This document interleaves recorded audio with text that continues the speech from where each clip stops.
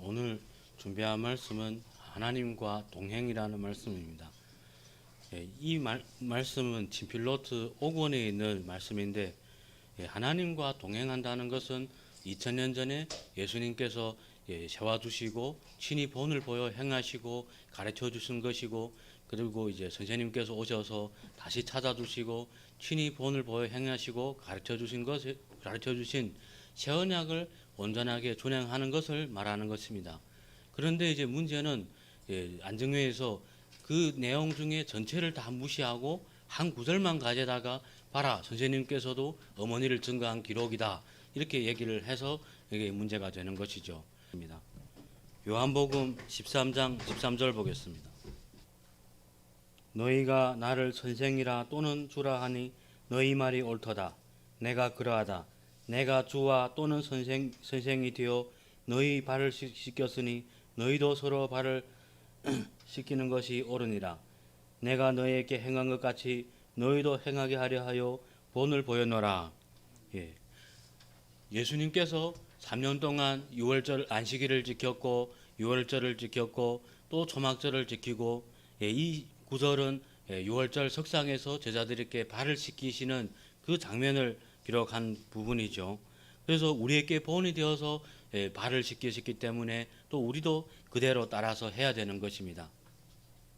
그래서 세월이 지나다 보니까 또 교회 안에도 마귀가 들어오고 해서 하나님 예수님께서 세워주신 법이 다 사라지게 됐죠.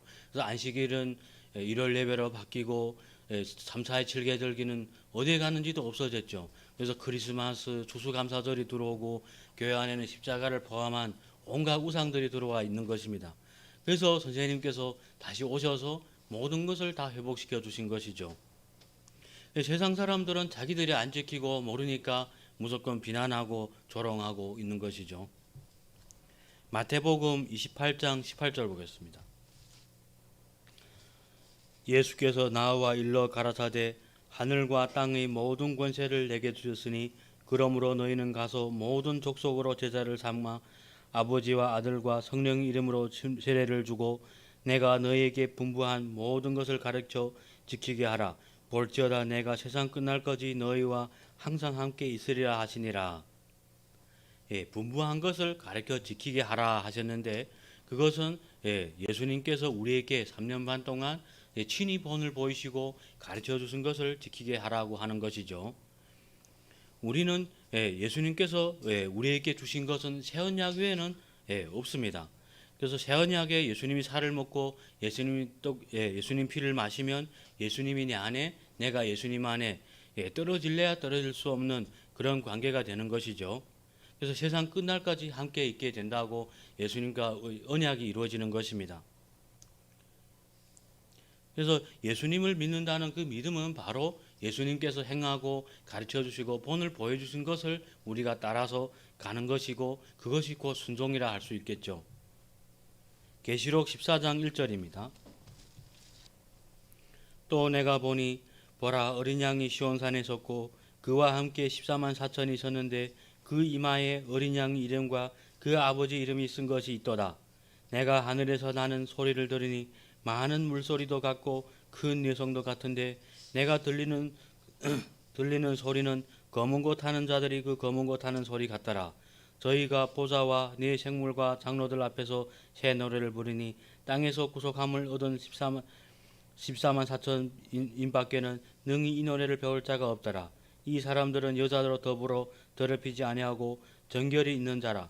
어린 양이 어디로 인도하든지 따라가는 자며 사람 가운데서 구속함을 받아 처음 익은 열매로 하나님과 어린 양에게 속한 자들이니. 어린 양과 14만 4천이 섰는데 그 이마에는 어린 양 이름과 아버지 이름이 있다고 했습니다. 근데 이들이 특징은 어린 양이 어디로 인도하든지 따라가는 순종하는 자들이라고 했죠. 그래서 어린 양이 어디로 인도하는 것은 새 언약의 법에 따라서 우리께 보여주시고 가르쳐 주신 그 새 언약을 따라서 가는 것을 말하는 것이죠. 그래서 우리가 따라서 가야 될 것은 예수님께서 안식일을 지켰으면 우리가 안식일을 지켜야 되는 것이죠. 누가복음 4장 16절 보겠습니다.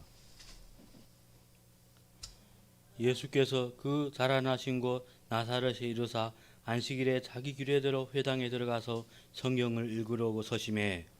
예, 안식일에 자기 자라난 곳 나사렛에 이르러서 자기 규례대로 회당에 들어가서 성경을 읽으셨다고 했습니다.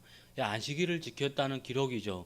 또 자기 규례대로 했다고 하는 것은 항상 하는 것을 말하는 것이죠. 그래서 하나님께 예배 드리는 것과 전도하는 것을 말하는 것입니다.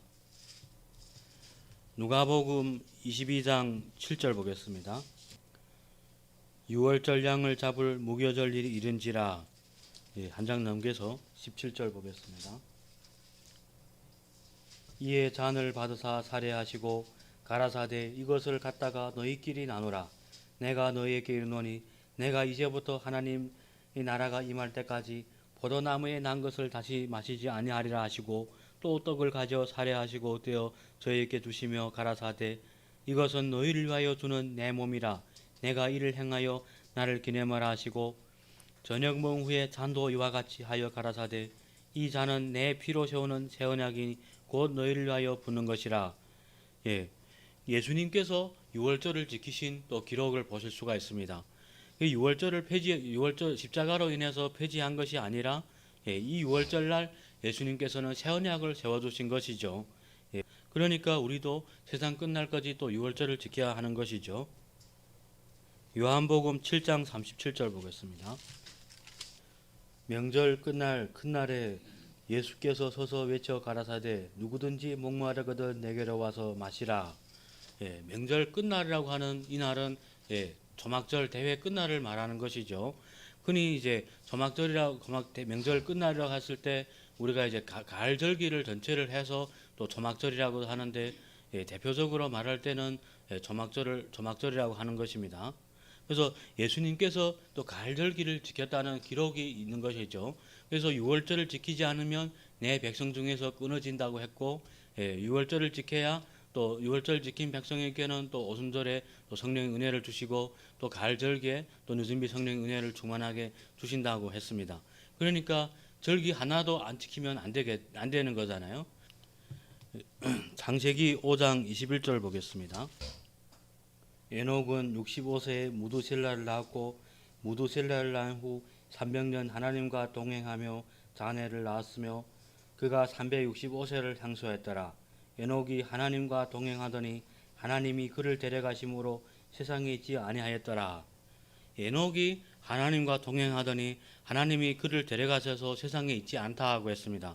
그래서 에녹이 하나님과 동행했다는 것은 하나님 앞에 온전하게 순종했다는 것을 말하는 것이죠. 그래서 구약 성경에서 특별 부활을 받은 사람 중에 있습니다. 그래서 히브리서에는 에녹을 하나님을 기쁘게 하는 자라고 했습니다. 그래 무엇을 가지고 하나님을 기쁘게 한다고 했냐면 하나님의 뜻에 따라 행하는 것을 말하는 것이죠. 창세기 6장 9절 보겠습니다. 노아의 사적은 이러하니라. 노아는 의인이요 당시에 완전한 자라. 그가 하나님과 동행하였으며. 노아가 하나님과 동행했다고 했는데 노아의 사적은 평생 하나님 말씀을 따라 방주를 만들어서 홍수에도 살아남은 사례가 있는 것이죠. 그래서 세상 사람들은 다 비난하고 조롱했지만 끝까지 하나님 말씀대로 방주를 만드는 일을 했습니다. 열왕기하 2장 8절 보겠습니다. 엘리야가 겉옷을 취하여 말아 물을 치매 물이 이리저리 갈라지고 두 사람이 육지 위로 건너더라. 건너매 엘리야가 엘리사가 이르되 나를 내게서 취하기 전에 내가 내게 어떻게 할 것을 구하라. 엘리사가 가로되 당신이 영감이 갑절이나 내게 있기를 구하나이다. 가로되 내가 어려운 일을 구하노도다.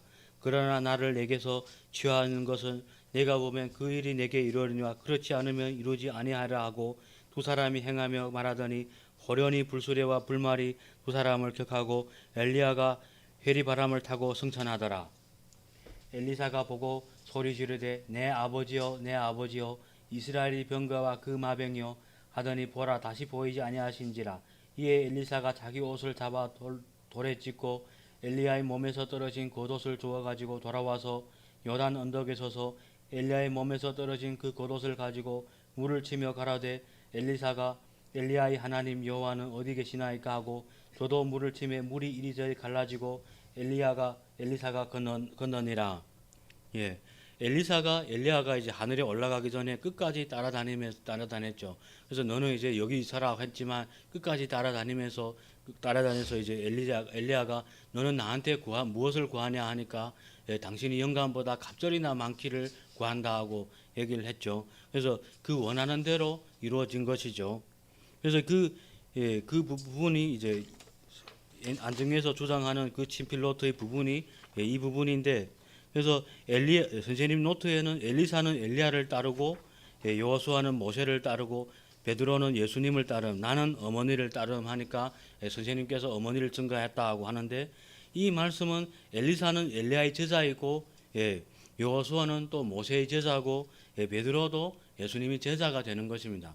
그래서 선생님께서 어머니를 따른다고 하는 것은 우리에게 생명을 주는 새 언약을 따른다는 그 말씀을 가지고 기록한 것이죠. 그래서 장길자는 선생님이 제자도 아니고 선생님이 제자이지 선생님의 그 어머니는 아닙니다. 그래서 예수님께서 세워주신 것이 새 언약이고 우리는 이 새 언약을 통해서 구원받게 되기 때문에 어머니를 따른다고 이렇게 어머니의 새 언약을 어머니에 비유해서 어머니를 따른다고 했습니다.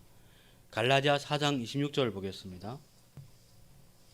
오직 위에는 예루살렘은 자유자니 곧 우리 어머니라.